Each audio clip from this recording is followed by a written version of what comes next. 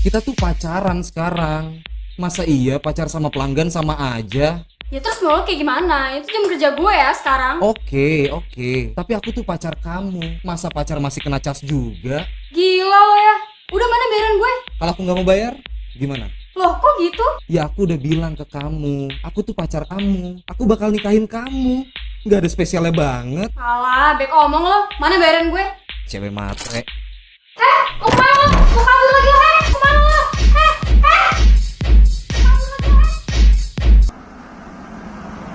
Dasar jokere mau gratisan.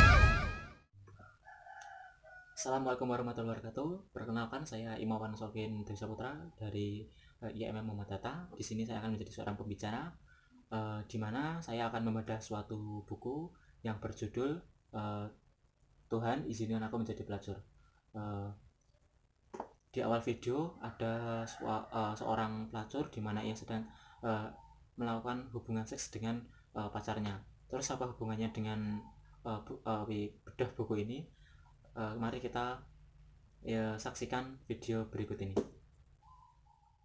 Poin pertama, Tuhan rengkuh aku dalam hangat cintamu. Di awal kisah ini menceritakan tentang seorang perempuan muda bernama Nidah Kirani yang mengawali kehidupannya di salah satu pondok di Yogyakarta. Ia termasuk orang yang masih pemula terhadap agama. Di sana ia menemukan teman baru bernama Rahmi yang kemudian menuntunnya untuk tertarik lebih jauh mengenal agama. Namun di masa-masa gejolak semangat Kirani penuh penuntut agama, semangat Kirani pun harus terputus karena sahabatnya Rahmi harus pulang ke kampung halamannya karena ditelepon oleh ibunya.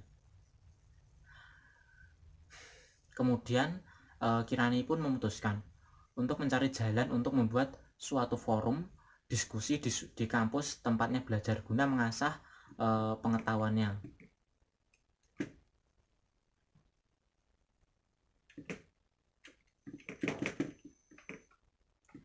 Dari forum diskusi Kirani mendapatkan banyak teman, di antaranya Dahiri yang juga merupakan teman sekelasnya.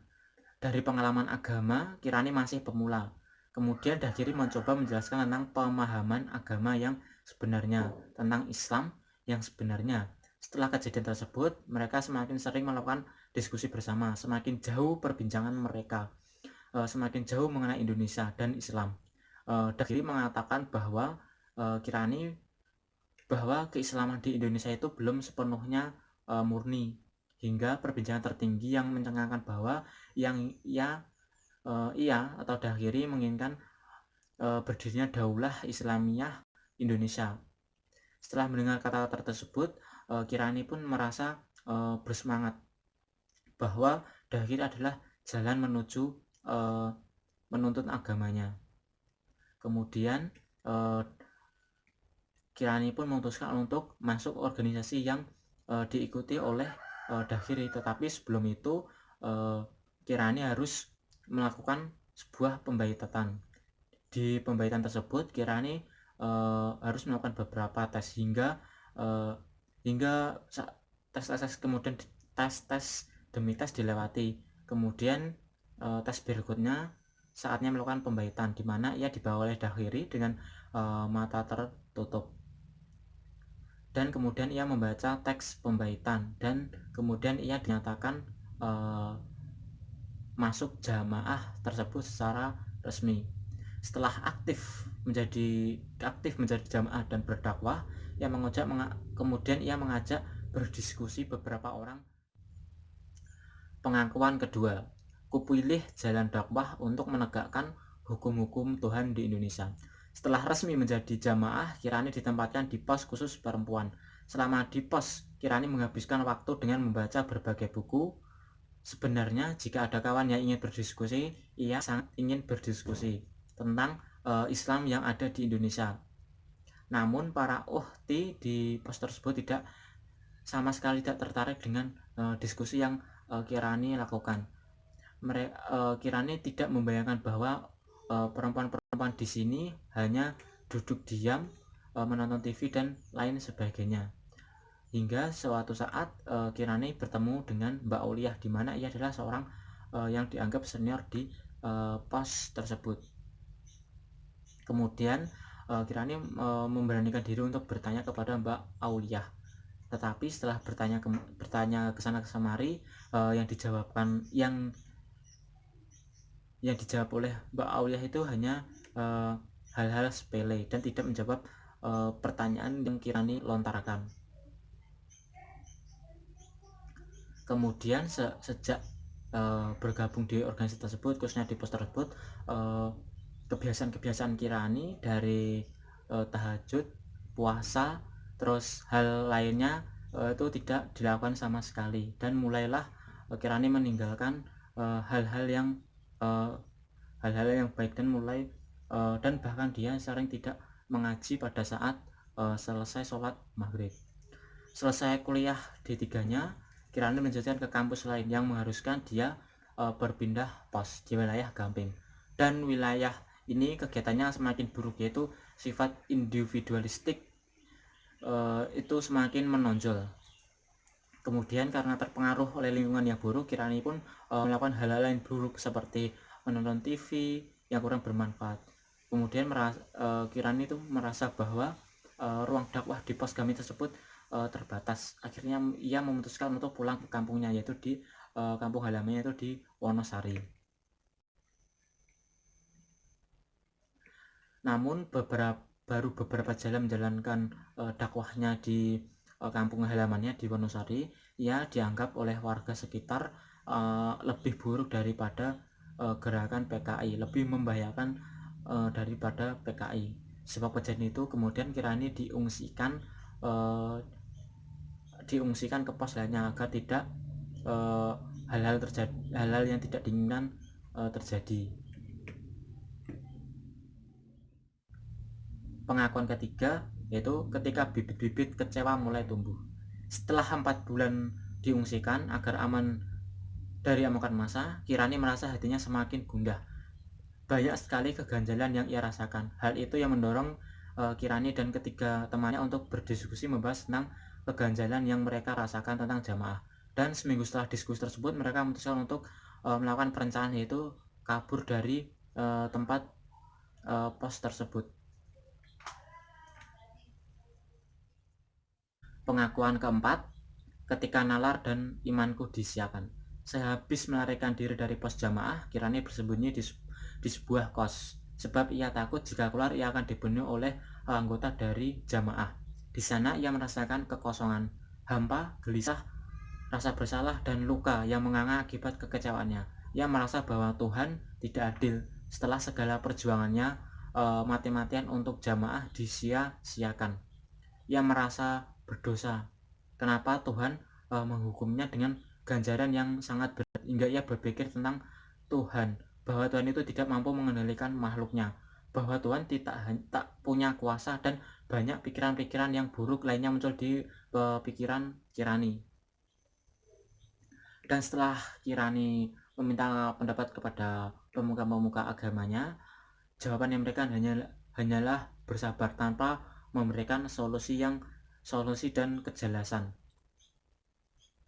Hal itu semakin membuat Kirani muak dengan kehidupan yang ia jalani saat ini, dengan segala kehancuran ia rasakan, dengan segala kekecewaannya pada Tuhan. Ia rasa telah menyiksanya. Ia merasa seolah-olah pengabdian yang ia berikan dibuang begitu saja, hingga hatinya merasa patah seperti itu. Setelah berjalan 4 pekan di pengasingan, datanglah seorang teman laki-laki kampusnya, yang notabene dia adalah seorang pengedar barang haram, yaitu bernama Hudan. Kemudian setelah itu Kirani karena rasa kekosongannya, Kirani ingin memesan barang haram itu dari Hudan, tetapi Hudan menolaknya karena menganggap Kirani tidak seperti biasanya. Ia menganggap bahwa Kirani sedang melakukan lelucon, tapi Kirani tidak menganggap itu. Ia sangat membutuhkan barang yang dibawa oleh Hudan. Kemudian setelah perbincangan yang cukup lama dan debat, Kirani pun berhasil meminta barang haram tersebut dari Hudan dengan secara paksa. Pengakuan kelima, tubuhku pun terluka. Semenjak mengenal dunia gelap, Kirani pun lebih mengenal banyak lelaki, diantaranya dari Da'alurul Ratsmi. Ia adalah ketua forum studi mahasiswa Kiri untuk demokrasi. Sebenarnya Kirani sudah mengenal Da'arul dari semenjak ia masih menjadi anggota jamaah, namun mereka sekarang dipertemukan dengan keadaan yang Kirani masih berbeda. Setelah perbincangan yang panjang, Kirani meminta Da'arul untuk datang ke kosannya untuk mendiskusikan berbagai masalah. Setelah itu Da'arul meminta Kirani berganti berkunjung ke kosannya, dan di kosan Da'arul mereka hanya berdua saja. Kemudian karena Kirani masih terpengaruh oleh obat yang diberikan Hudan, tanpa sengaja Da'arul meminta untuk menginjak-injak punggungnya, dan Kirani pun mengiyakan saja. Karena godaan syaitan, Kirani pun terjerumus pada zina dengan Da'arul hingga fajar menjelang. Itu merupakan pengalaman pertama kali Kirani melakukan hubungan seks dengan ya bukan suaminya atau mahramnya. Kemudian setelah kejadian itu, Kirani merasa sangat gundah dan pikirannya terganggu, apakah dia akan hamil atau tidak. Kemudian setelah pulang dari kosan dari Da'arul, ia pun pulang. Setelah hubungan itu, hubungan mereka semakin renggang, sebab Kirani tidak mau menanggapi hawa nafsu Da'arul. Ia takut jika ia hamil, dan Da'arul pun sudah tidak menghubungi Kirani lagi. Da'arul adalah seperti orang yang tidak bertanggung jawab setelah ia melakukan hal yang buruk terhadap Kirani. Setelah pengalaman tersebut, Kirani menganggap bahwa laki-laki itu hanya ingin dari mana itu hanya sebagai pemuas seks semata saja.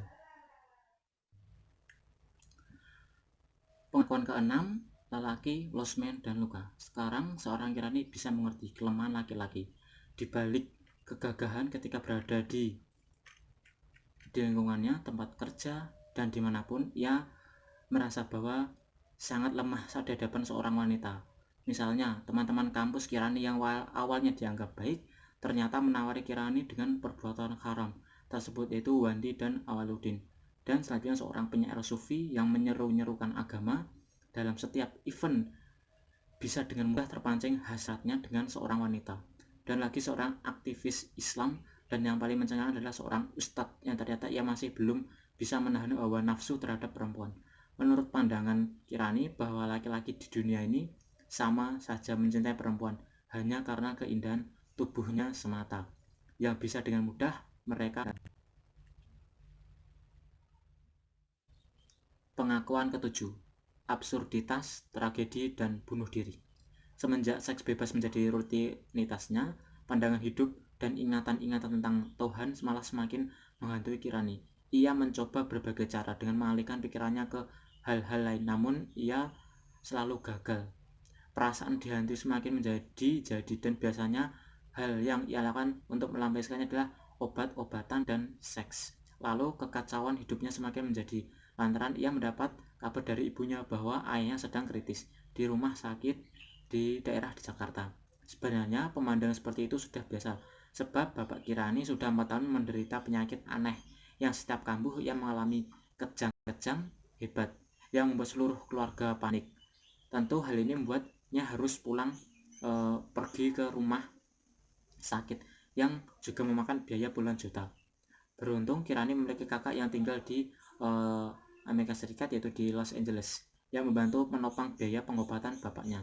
Lalu Kirani memutuskan untuk pergi ke Jakarta menemui sang bapaknya.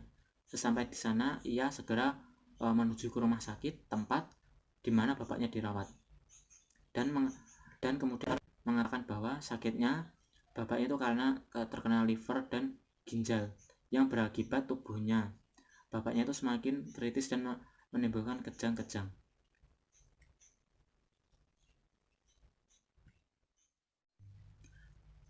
Bab 8. Sebab nikah adalah ide teraneh yang pernah aku tahu. Dimana di bab ini Kirani bertemu dengan seorang laki-laki di Jalan Malioboro, yaitu bernama Dedi. Selang beberapa saat kemudian hubungan mereka pun sampailah di saat mereka berhubungan badan.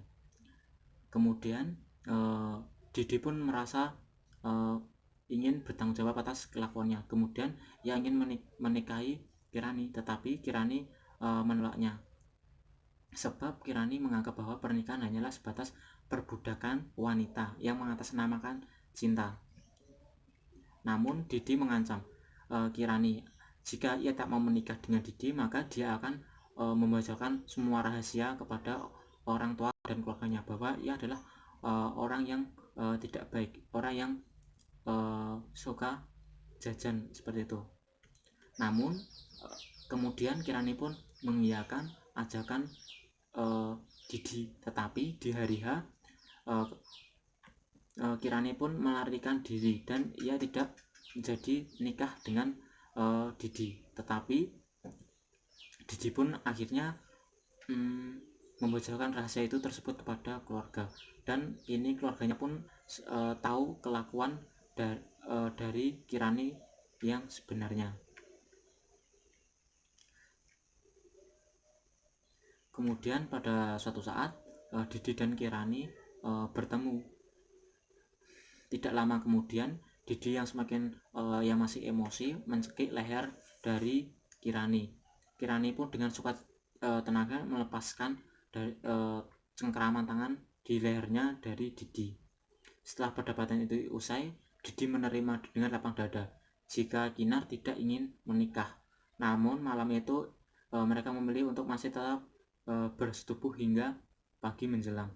Ini sangat aneh. Orang yang tidak mau menikah dan gagal, tetapi keesokannya masih ingin melakukan hubungan terlarang. Pengakuan ke-9, dosenku Germowo. Karena tidak ingin meninggalkan kuliahnya yang semakin berlarut-larut, kemudian Kirani pun memutuskan untuk menyelesaikan skripsinya walaupun dengan nilai yang pas-pasan. Kemudian ia menemui seorang dosen pembimbingnya dan ingin menyelesaikan skripsinya. Kemudian karena yaitu dosennya bernama Pak Tomo, biasa dipanggil Pak Tomo. Karena sering tidak dianggap dan diabaikan oleh dosennya, maka Kirani pun melakukan jurus godaannya. Setelah beberapa kemanjaan dan sikap manisnya, kemudian Pak Tomo pun luluh hatinya. Kemudian Pak Tomo pun mengajak Kirani untuk pergi ke suatu losmen, di mana ia memesan satu kamar dengan Kirani.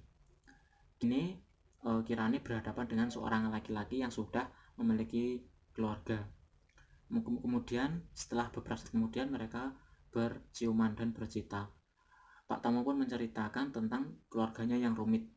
Kemudian disambung oleh kisah keluarga dan perjalanan dari Kirani hingga berujung pada suatu topik pelacur yang ternyata Pak Tomo yang masih anggota aktif DPRD di suatu partai politik Islam dan merupakan petinggi kampus. Ia adalah seorang maklar selangkangan. Dan Kirani pun mendapat tawaran dari Pak Tomo untuk menjadi pelacur eksekutif dengan bayaran yang cukup mahal.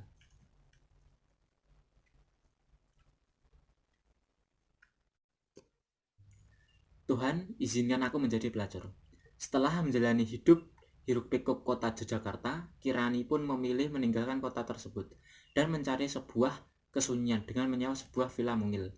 Ia ingin menikmati hidupnya sendiri terlebih dahulu. Namun masalah tak kalah selesai ketika pikiran ibunya mulai muncul. Ia kepikiran ibunya bahwa ia hanya seorang diri di rumah.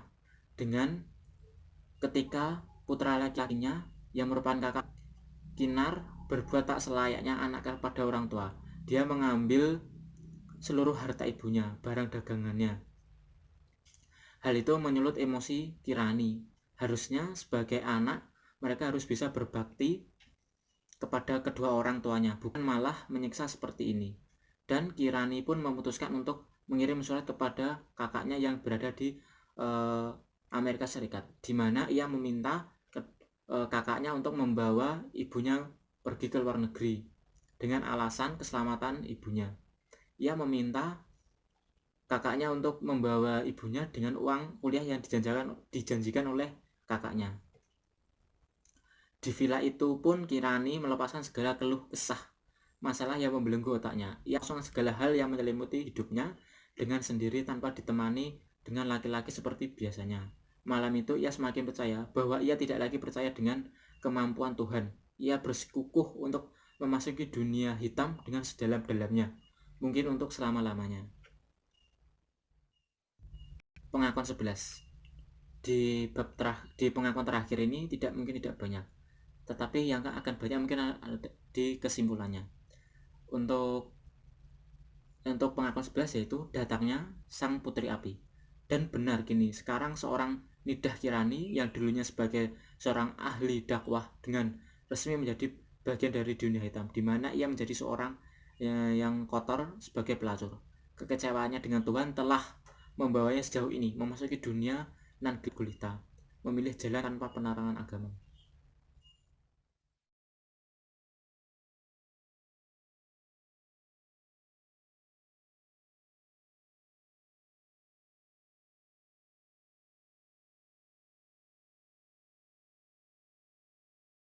Jadi kita langsung ke bagian akhirnya, yaitu berupa kesimpulan. Kesimpulan dari buku Tuhan Izinkan Menjadi Pelacur adalah novel ini menceritakan tentang seorang mahasiswi baru sekaligus muslimah bernama Nidah Kirani yang sedang menempuh pendidikan di salah satu universitas negeri di Yogyakarta. Lewat kawan satu pesantrennya di Pondok Ageng, Nidah Kirani mulai mengikuti sebuah pengajian di Masjid Tarbiyah yang membahas soal-soal keislaman. Dari sinilah asal mula Nidah Kirani mulai mempelajari Islam yang secara totalitas sampai kemudian memutuskan untuk ikut dalam jamaah atau organisasi yang memiliki tujuan untuk menegakkan daulah Islamiyah di Indonesia. Namun di tengah proses menjadi muslimah yang kafah atau total, Kirani diterpa berbagai kekecewaan oleh organisasi yang awal mulanya dipujanya tersebut. Ternyata semangat untuk beribadah, berdakwah, dan berjihad para anggota jamaah tidak seperti yang dibayangkan oleh Nidah Kirani. Maka ia menggugat dan menuntut banyak hal terkait kegiatan-kegiatan jamaah. Namun nalar kritisnya tersebut dirampas dan dibalas dengan dogma-dogma tertutup yang kemudian semakin membuat Kirani resah. Keresahan ini terus memuncak setelah melewati berbagai kejadian-kejadian pelik yang Kirani alami dalam proses berdakwah, sehingga akhirnya ia memutuskan untuk keluar atau kabur dari jamaah. Masalah yang dihadapi Kirani semakin rumit setelah ia keluar dari jamaah. Di tengah ketakutan ketakutan akan diburu, kekecewaan dan kegeramannya terhadap organisasi semakin meledak-ledak hingga menyulut perihal agama dan Tuhannya. Semua ini akhirnya membuat hidup Kirani semakin hampa dan kosong. Ia frustasi. Dalam kondisi kritis inilah ia masuk dalam dunia haram, di mana Kirani melampiaskan frustasinya dengan seks bebas dan obat-obatan terlarang. Di tengah amukan perasaan kecewa tersebut terhadap organisasi agama dan Tuhan. Kemudian pesan yang dapat diambil dari cerita ini yaitu bahwa semua di dunia ini tidak ada yang pasti. Tuhan bisa membolak-balikkan keimanan seorang hambanya. Terus yang kedua, tidak semua hal yang bisa dilihat dari luar. Yang nampak baik belum tentu baik, yang nampak buruk belum tentu buruk. Terus yang ketiga, sebelum melakukan sesuatu berpikirlah dengan jernih dan jangan mudah gegabah. Sekian dari kelompok kami. Wassalamualaikum warahmatullahi wabarakatuh.